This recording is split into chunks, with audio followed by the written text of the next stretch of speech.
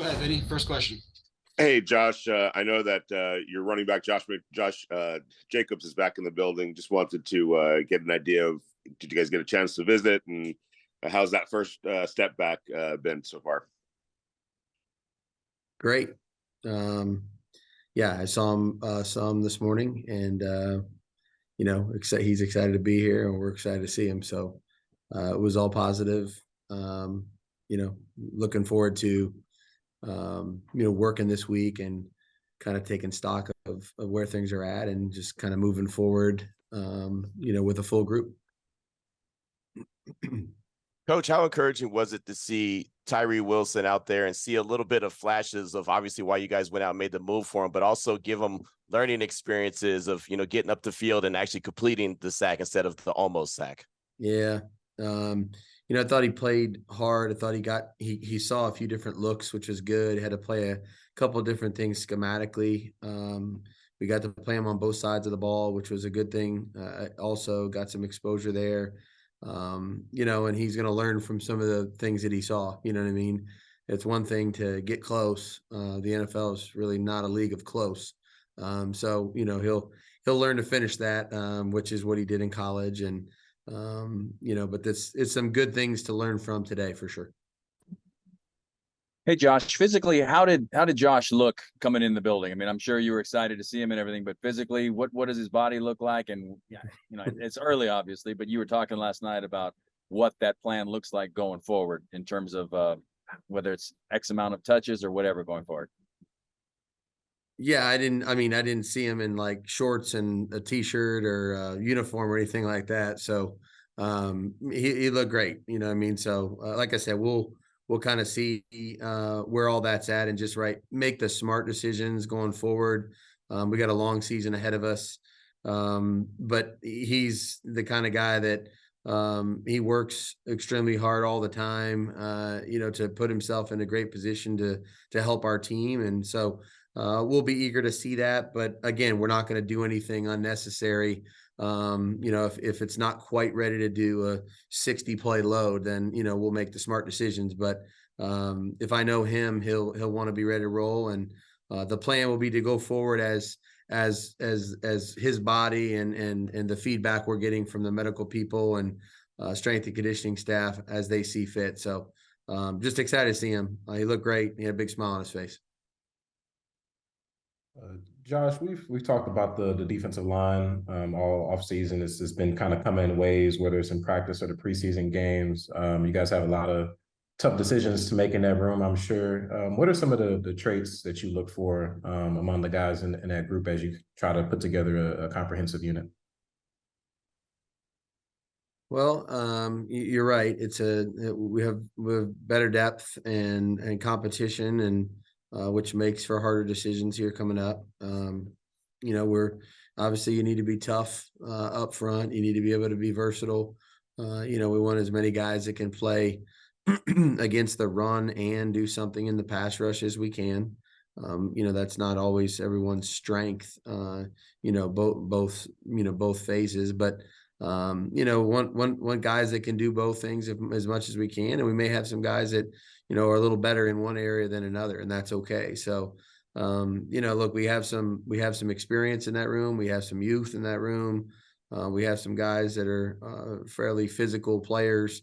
We have some other guys that are bring something to the pass rush in terms of quickness and speed. So we'll try to do the best we can to put together the right group here going forward, including, the potential of the practice squad too, as we've talked about the last week here. Is, you look at it kind of as one based on what we can do with that. Josh, what has Aiden O'Connell showed you this preseason as far as could he be the number two, and where does that process stand as far as really figuring out who your number two is going into the season? Aiden's took advantage of his opportunities. That's all he can do, and we've played him a lot because Brian obviously has played quite a bit of football in his career and has practiced a good chunk, especially in the time that Jimmy was not out there, and then also did a lot of work in the joint practices. They've gotten a ton of work. All of them have, honestly. And Aiden's learning, each week, each day, each game, from the mistakes that he makes and from some of the things that he's really doing well. And so we'll take stock of all that here in the next few weeks, and try to make the best decision going forward. But I don't see that as something that's like a decision that's going to be made and set in stone at all. It's a competitive environment. We want it to be a competitive environment, and based on what's best for the team, we'll try to make the right decisions. Hey, Josh, I know you were asked about Tyree last night. After watching film, anything else stand out as far as his first action? I thought he played. He showed up in both the running game and the passing game, which was good. I think his conditioning was fine relative to the amount of plays we used him. He chased and ran to the ball, and I was able to create some pressure on the quarterback there a little bit. But there's plenty of little things. I'd say that's the part that's hardest to do without being in real game-like action or in pads and padded practices, is the small things that you need to do, with great physical toughness and all those things that you can only do in padded practices. So he'll see some of those things today, and obviously those will be pinpointed for us as we move forward. And I would say the same thing about Byron. He had some good snaps in there yesterday, and we'll learn a lot from the film as well. Coach, as you go into year 2 of the process with this team, of doing this over again with, finalizing the roster, how beneficial is it, do you believe, to have, more cohesion with your staff, more cohesion with your locker room going through this process again?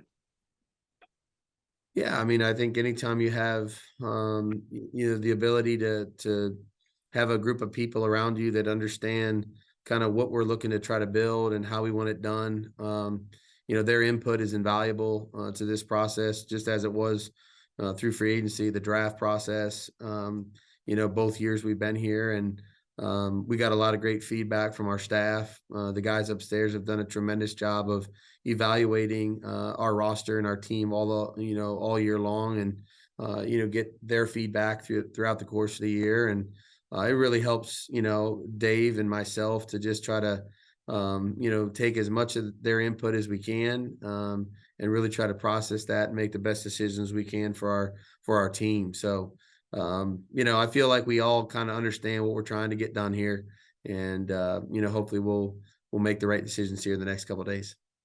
Coach, the 90-man roster looks very competitive, but really in that wide receiver room, I keep saying there's many different flavors of wide receiver, from size to speed, possession receiver. Is there any particular traits that really stand out to you guys when you're trying to make the decisions on who you're going to keep and not? Look, they have to be in that room smart, tough, dependable.